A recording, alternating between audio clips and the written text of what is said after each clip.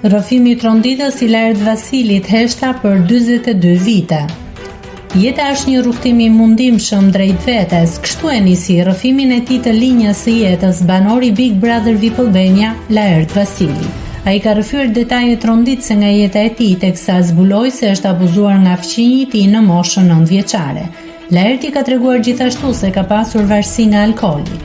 Në moshën 9 vjeçare ndodh diçka që nuk do e harroj për gjithë jetën. Një fëmijë 9 vjeç që abuzoi nga komshiu i tij, dhe kjo për 42 vite ka qenë brenda meje. Nuk tregoja se kërcënohesha, se do të dhunohesha, e kam mbajtur këtë për vete. Kur u transferuam në Sarandë, isha shumë i lumtur, po ikja nga Tirana. Tinka Kurtin e kam pasur idhull. Nuk kam qenë një djalë i mirë, kam qenë për një kohë të gjatë në varësi nga alkooli. Uroj që i mac të më fali, nuk e bëra dot gjysh.